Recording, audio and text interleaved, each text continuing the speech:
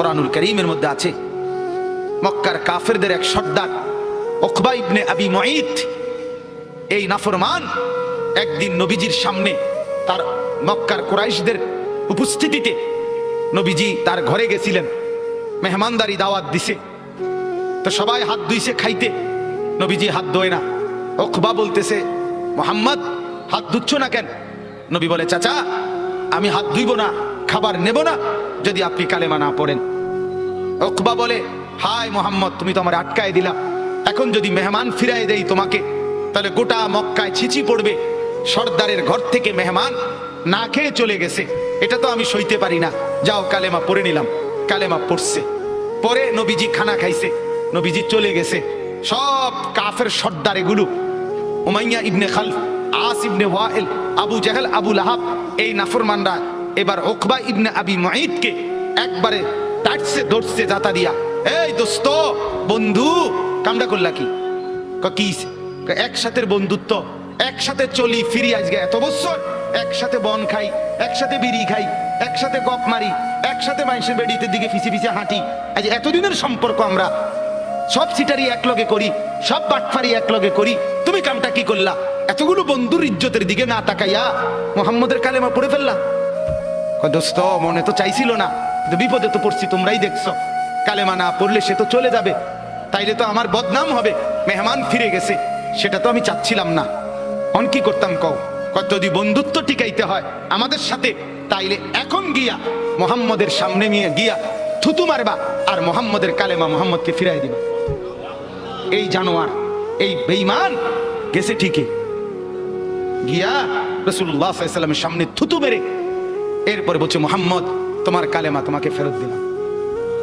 কোরআনে আল্লাহ সূরা ফুরকানের মধ্যে বলছে, ইয়াউমা ইয়াআদ্দু যালিমু আলা ইয়াদাইহি, নাফরমান অচিরেই তুই কিয়ামতের দিন এই বন্ধুর পাল্লায় পড়ে আমার নাফরমানি করে কারার কারণে এই আঙ্গুল দিয়া, এই দাঁত দিয়া আঙ্গুলে কামড়াইবি, কামড়াইতে কামড়াইতে ছিঁড়ে ফেলবি নাফরমান। আফসোস করে বলবি, ইয়া ওয়াইলাতা লাইতানি লাম আত্তাখিজ ফুলানান খলিলা, হায় মন্দ কপাল, যদি সেই নাফরমানকে বন্ধু না বানাইতাম। আজকের নওজোয়ানের বরবাদির মূল কারণ অসৎ বন্ধু, অসৎ সঙ্গী, অসৎ প্রেম, অসৎ লোভ। সঙ্গী নষ্ট করে দিচ্ছে হাজার হাজার যুবককে, হাজার হাজার মেয়েকে, হাজার হাজার বোনকে অসৎ সঙ্গী চিরতরে অন্ধকারের ভিতরে ঢুকায় দিস। আল্লাহ তাআলা বলেন, আদাল্লাহুল্লাহ, আমি এক নম্বরে মনের চাহিদা গুনার মধ্যে ডুবে থাকলে পথ ভ্রষ্ট করে দেই। দুই, ওয়া খাতামা আলা সামঈহি ওয়া কলবি, অন্তর এবং দিল, এই অন্তর এবং কান, এই দুইটার মধ্যে মোহর মেরে দেয়, মোহর একবার সিল মেরে দেয়, এই দ্বিতীয় শাস্তি। তৃতীয়, ওয়া জাআলা আলা বাসারিহি গিশাওয়া, চোখের উপরে পর্দা ফেলে দেয়। তাহলে এক, পথ ভুলায় দেয়। দুই, কান এবং অন্তর মোহর মেরে দেয়। তিন, চোখের সামনে পর্দা ফেলে দেয়।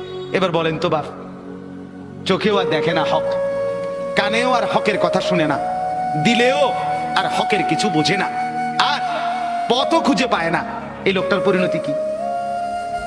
ফামান ইয়াহদিহি মিন বাদিল্লাহ। এবার রব্বুল আলামিন বন্ধুকে বলে, বন্ধু আমি নিজেই যাকে পথ ভুলায় দিলাম, দীর্ঘদিনের গুনাহ নাফরমানি, মনের চাহিদার খেয়াল খুশি মতো চলার কারণে আমি যা কান আর অন্তর মোহর মেরে দিলাম, আমি যার চোখে পর্দা ফেলে দিলাম, বন্ধু এবার বলেন তো আমি আল্লাহকে বাদ দিয়ে তাকে হেদায়েত কে দিবে? আব্দুল কাদের জিলানী, জুনায়েদ বাগদাদি। জুনায়েদ বাগদাদির বাপের ক্ষমতা আছে, কথা বলেন না কেন? হেদায়েত দেয় কে? বলেন না কে? যিনি দিবে নাফরমান, তোকে তো তিনি ধাক্কা দিয়া ফেলে দিছে, তাকে তো তিনি মোহর মেরে দিছে, তাকে তো চোখে পর্দা ফেলে দিছে, এবার হেদায়েত দিবে কে? এই স্টেজে যদি 100 আব্দুল কাদের জিলানীও আসে কান্দে চিৎকারে, আল্লাহর কসম তোমারে তো আর কেউ বদলাইতে পারবে।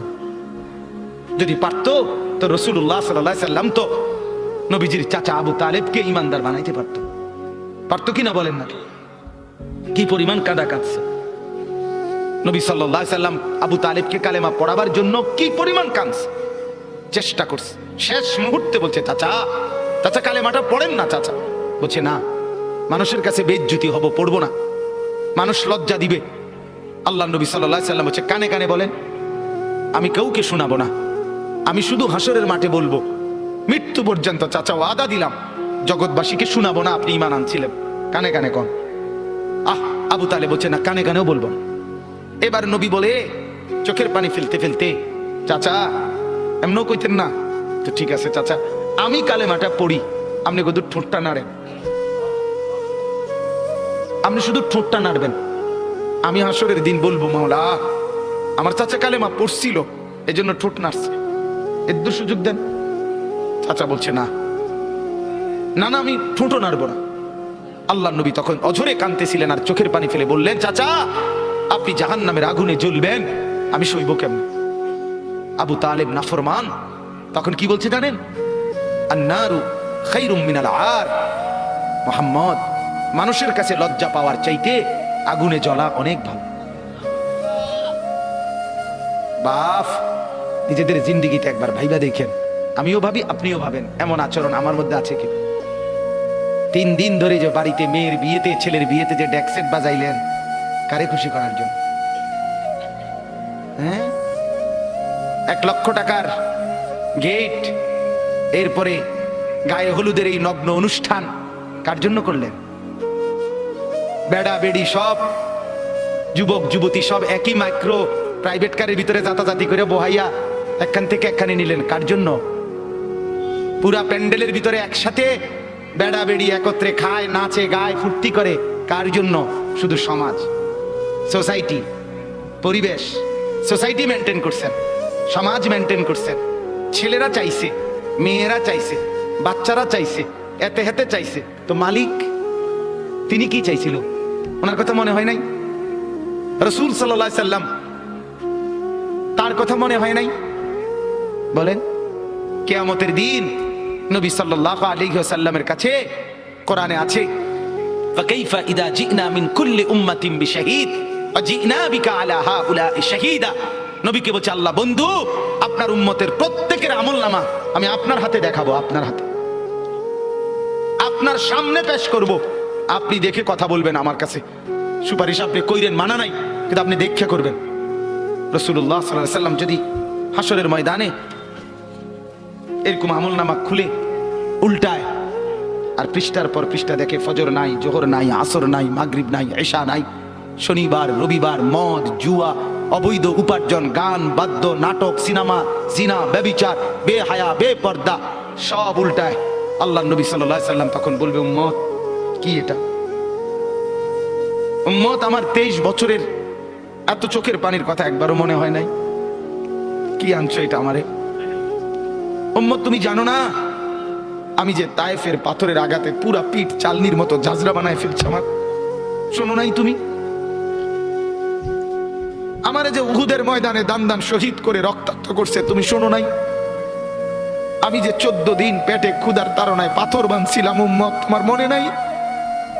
একবারও শোনো নাই আমার ক্ষুধার কষ্ট, আমার পিঠের ব্যথা, আমার দাঁতের ব্যথা, আমার কাঁধে 2টা কড়া ঢুকে গেছে? উম্মত আমার ঘরে 3 মাস, আল্লাহর নবীর স্ত্রী আয়েশা বলছে, আল্লাহর কসম উম্মত, নবীর স্ত্রী বলছে 3 মাস 3টা সূর্যাঁদ উঠছে, ডুবছে, রাআইনা হিলালান সুম্মা হিলালান সুম্মা হিলালান, 3 চাঁদ 3 মাসে নবীর 9 জন বিবির কারো ঘরে আম্মা জান আয়েশা বলে 1 ফোঁটা চুলায় আগুন জ্বলে নাই।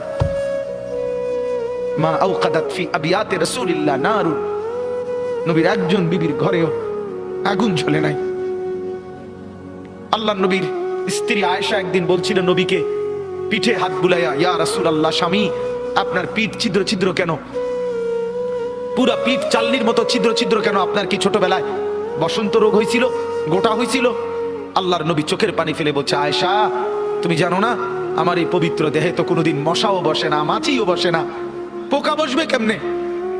আমার পবিত্র দেহে তো হাঁটলে মেশকের ঘ্রাণ বের হয়, আমার পেশাব পায়খানাও তো কোনোদিন জমিনের উপরে 1 সেকেন্ড থাকে না, মাটি ফাঁক করে ভেতরে নিয়ে যায়, সেই আমার গায়ে গোটা হবে কেন? আয়েশা এগুলো আমার তায়েফের পাথরের আঘাতের রক্তের দাগ।